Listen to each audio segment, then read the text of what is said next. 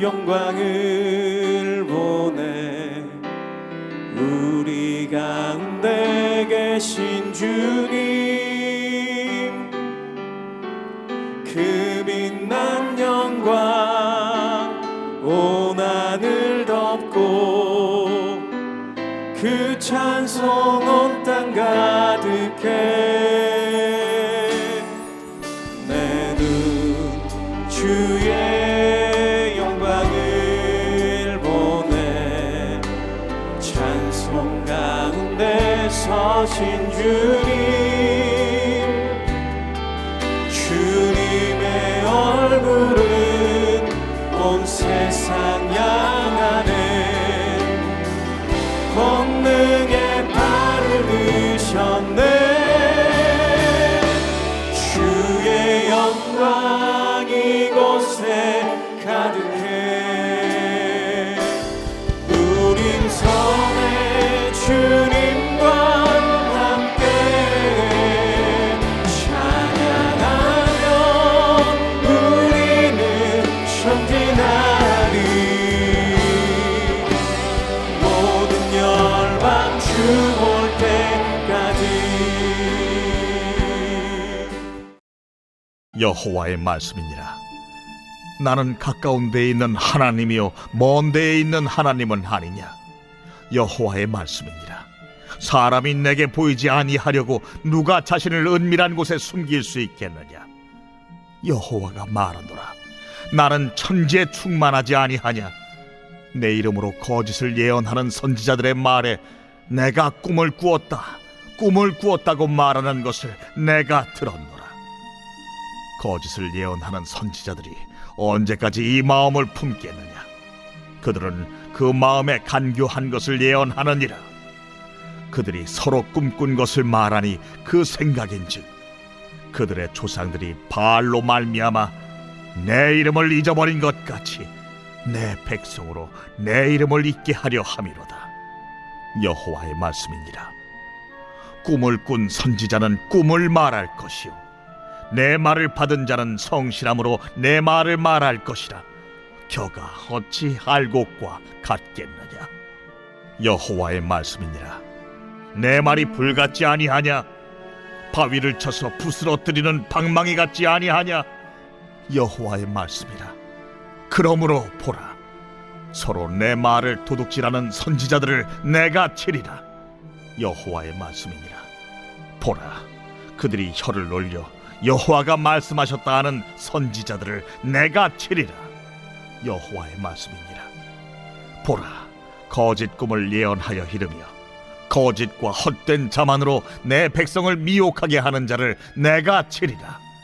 내가 그들을 보내지 아니하였으며 명령하지 아니하였나니 그들은 이 백성에게 아무 유익이 없느니라. 여호와의 말씀이니라. 이 백성이나 선지자나 제사장이 내게 물어 이르기를 여호와의 엄중한 말씀이 무엇인가 묻거든 너는 그들에게 대답하기를 엄중한 말씀이 무엇이냐 묻느냐.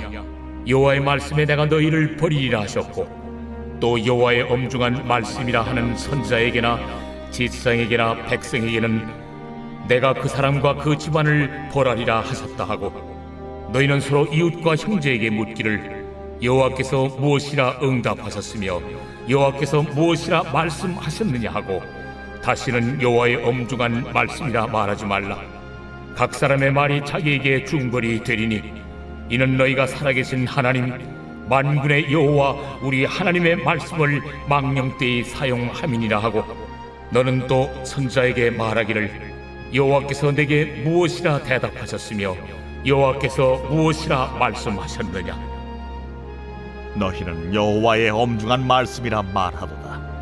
그러므로 여호와께서 이와 같이 말씀하시되 내가 너희에게 사람을 보내어 너희는 여호와의 엄중한 말씀이라 하지 말라 하였으나 너희가 여호와의 엄중한 말씀이라는 이 말을 하였은즉 내가 너희를 온전히 잊어버리며 내가 너희와 너희 조상들에게 준 이 성읍을 내 앞에서 내버려 너희는 영원한 지옥과 잊지 못할 영구한 수치를 당하게 하리라 하셨느니라.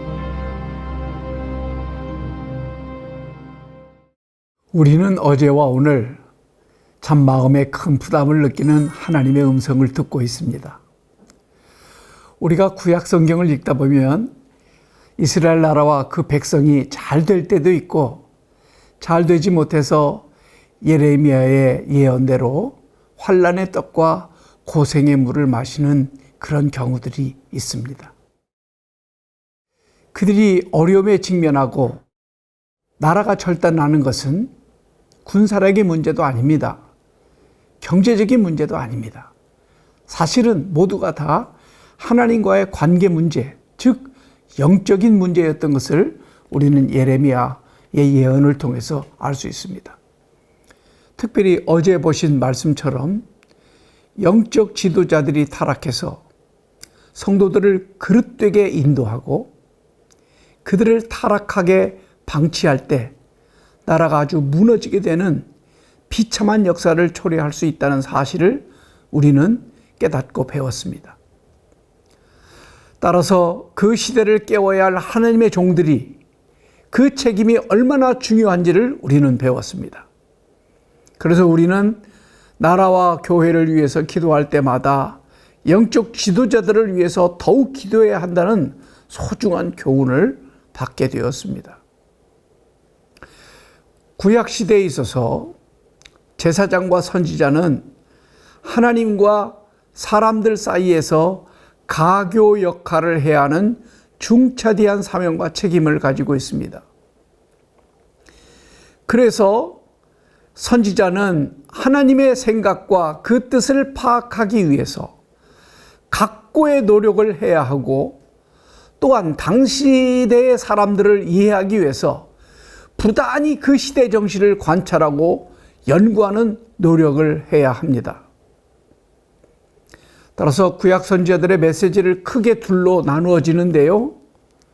하나는 청중들이 듣기 싫어도 들어야만 하는 리얼리드, 실제적으로 들어야 될 설교가 있고, 또 청중들의 필요와 처지를 이해하며 그들에게 희망을 주는 펠트니드, 즉 청중들의 필요를 채워주는 설교가 있습니다. 따라서 참된 선지자들은 이 둘 사이에서 항상 긴장하며 갈등하면서 기도하면서 설교를 하게 된 것을 보게 됩니다. 저는 오늘날 하나님의 말씀을 전담하는 목사님들도 마찬가지여야 한다고 생각합니다. 하나님의 뜻을 배제하고 사람들이 듣고 싶어하고 사람들이 듣기 좋아하는 주제만을 다루는 펠트니디의 설교만 하는 것은 매우 위험합니다. 때로는 청중들이 듣기 싫어하고 시대 정신에 동떨어진 설교라고 핀잔을 들을지라도 하나님의 생각이고 하나님의 뜻이라면 가감없이 전하는 리얼리티의 설교도 할 수 있는 용기가 목사에겐 있어야 합니다. 그래서 존 스토트 목사님은 그분이 쓰신 책 Between Two Worlds라는 책에서 설교자의 위치를 두 세계 사이에 서 있는 사람이라고 했습니다. 즉 하나님의 말씀과 세상이라는 이 두 사이에 서 있는 존재가 설교자라고 말했습니다. 예레미야 역시 예레미야 20장에서 보신 바와 같이 이 둘 사이에서 갈등하며 고뇌하였던 것을 20장 8절에서 우리가 엿볼 수가 있습니다. 예레미야가 이렇게 말합니다. 내가 말할 때마다 외치며 파멸과 멸망을 선포함으로 여호와의 말씀으로 말미암아 내가 종일토록 치욕과 모욕거리가 되비니이다라고 했습니다. 예레미야는 다른 선지자들과 달리 하나님의 생각, 하나님의 뜻대로 있는 그대로 다 전하다 보니까 주변에 있는 가까운 사람들이 다 떠나고 자기 홀로 남았습니다. 그리고 돌아오는 것은 치욕과 모욕뿐이었습니다. 그래서 그는 힘들었습니다. 그래서 9절에 보시면 내가 다시는 여호와를 선포하지 아니하며 그 이름으로 말하지 아니하라고 결심하는 내용이 나오지 않습니까? 그가 얼마나 힘들면 그렇게 했겠습니까? 그러나 그는 얼마 지나지 않아서 그렇게 하면 할수록 나의 마음이 불붙는 것 같아서 골수에 사무치니 답답하여 견딜 수 없나이다라고 자기의 마음의 고뇌를 또한 토로하며 그 마음을 고쳐먹었습니다. 바로 이것이 하나님께 소명받은 설교자들의 숙명입니다. 그런데 예레미야의 동시대 선지자들은 이러한 갈등도 이러한 고뇌도 없었습니다. 그들은 오직 백성들이 듣고 싶어하는 말, 백성들이 좋아하는 말에다만 초점을 맞춰서 하나님의 말씀을 엄중하게 다루지 않았습니다. 그래서 예레미야는 하나님의 말씀은 엄중하게 다뤄져야 된다고 다음과 같이 선언하고 있습니다. 33절을 보시기 바랍니다.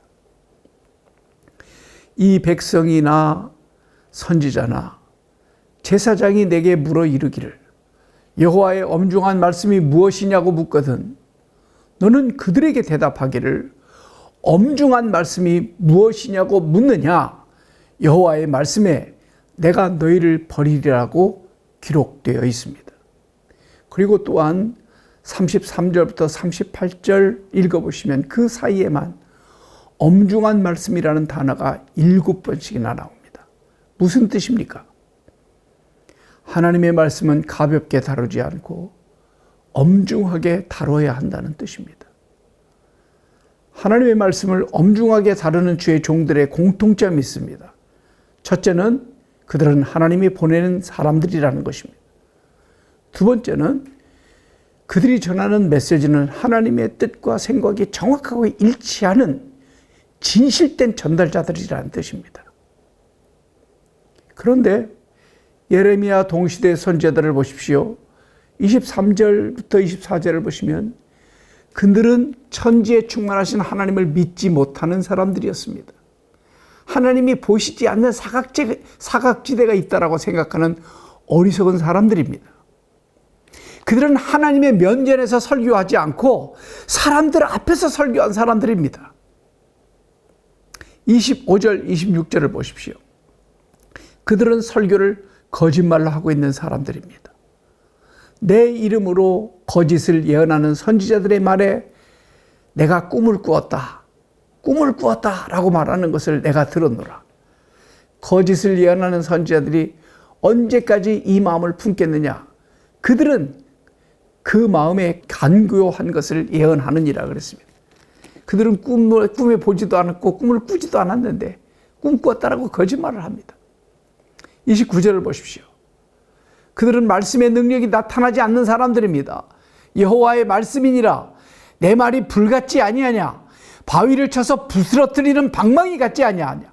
그렇습니다 여러분. 하나님의 말씀은 때로는 불같이 느껴져야 되고 내 영혼을 깨뜨리는 방망이 같이 느껴져야 되는데 그들에게 그런 능력이 나타나지 않았습니다. 30절을 보십시오. 그들은 하나님의 말씀을 도둑질하는 사람들이라고 말합니다. 여호와의 말씀이라 그러므로 보라 서로 내 말을 도둑질하는 선지자들을 내가 치리라. 여러분 하나님의 말씀을 가지고 여기다 저기다 갖다 붙여서 해석하면서 자기 마음대로 해석하는 사람들이 하나님의 말씀을 도둑질하는 사람들입니다. 32절 하반절을 보십시오. 듣는 이에게 아무 유익을 주지 못하는 사람들입니다. 내가 그들을 보내지 아니하였으며 명령하지 아니하였나니 그들은 이 백성에게 아무 유익이 없느니라. 여호와의 말씀입니다. 하나님의 말씀은 들으면 유익이 되어야 됩니다. 그 듣는 사람에게 유익이 되지 않다면 그건 하나님의 말씀이라고 볼 수가 없습니다. 또 36절 하반절을 보시면 하나님의 말씀을 망령되게 사용하는 사람들이라고 했습니다. 너희가 살아계신 하나님 만군의 여호와 우리 하나님의 말씀을 망령되게 사용함이라고 했습니다. 사랑하는 성도 여러분, 이들 모두의 공통점이 무엇입니까? 하나님이 보내지 않은 사람들이며 하나님의 뜻과 생각을 모르니까 거짓말로 설교하는 사람들입니다. 또 하나님의 말씀을 엄중하게 다루지 않다 보니까 경솔하게 다루고 진실하지 못하게 다루게 됩니다. 이런 사람들 밑에서 설교를 몇십 년을 들어도 유익이 없다는 것은 그 여호와의 말씀이 그들에게 변화도 일으키지 못하고 은혜를 끼치지 못하기 때문이라는 말씀입니다. 그래서 어느 시대이든지 그러한 지도자들이 다수를 차지하면 백성들이 영적으로 도덕적으로 타락하게 되는 것입니다. 8월 14일차 로잔 대회를 위한 기도 제목에 이런 내용이 나옵니다. 월드비전 국제본부가 2021년 26개국 24,870명의 기독 청소년을 대상으로 진행한 글로벌 리서치의 질문 중에 하나가 이겁니다.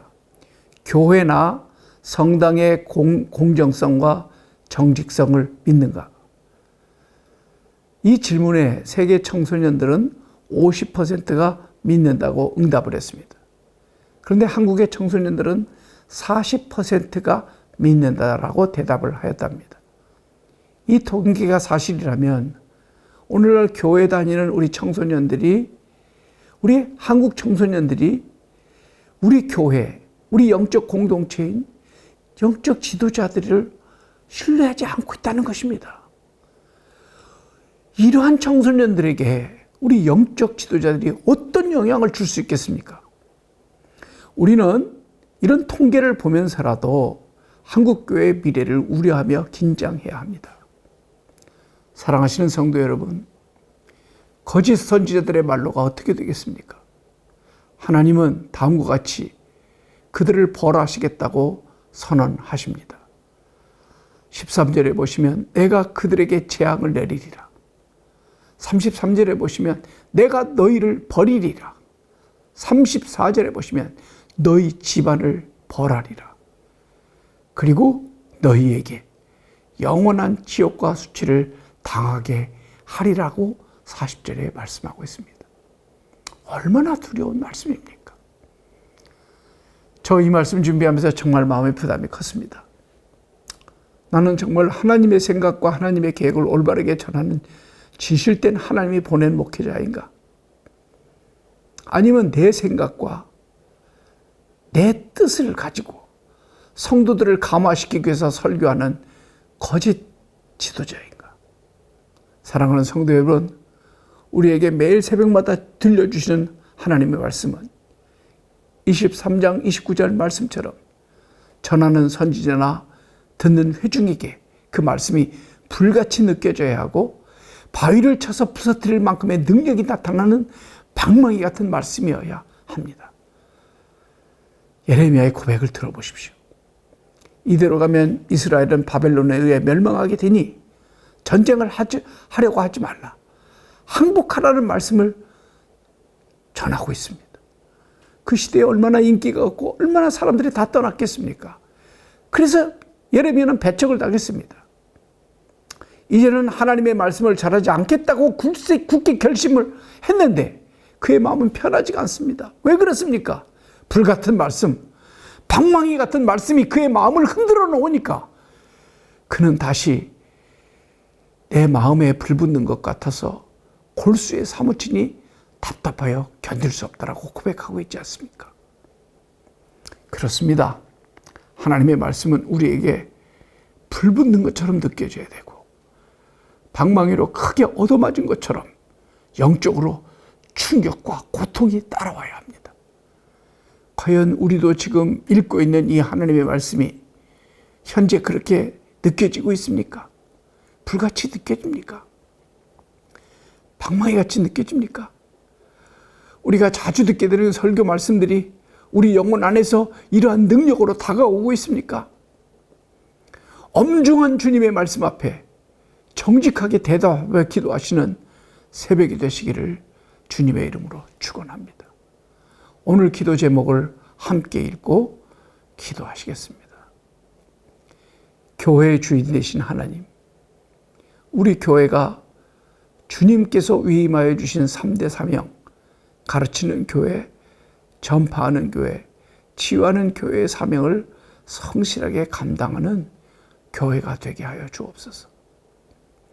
가을부터 시작되는 다락방을 인도하시는 순장님들과 각 부서에서 수고하실 평신도 지도자들에게 충만한 성령의 은혜를 부어주소서. 또한 모든 평신도 훈련 가운데 하나님의 임재와 은혜, 능력, 치유의 역사가 일어나도록 축복하여 주옵소서. 교역자 수련회에 참석하시는 이인호 목사님과 부목사님들, 전도사님들에게 주님의 은혜로 충만하게 하셔서 하나님의 말씀을 유통하는 사역을 감당하시기 전에 하나님의 말씀의 수혜자가 되게 하여 주옵소서. 이렇게 간절하게 기도하시기를 바랍니다. 감사합니다.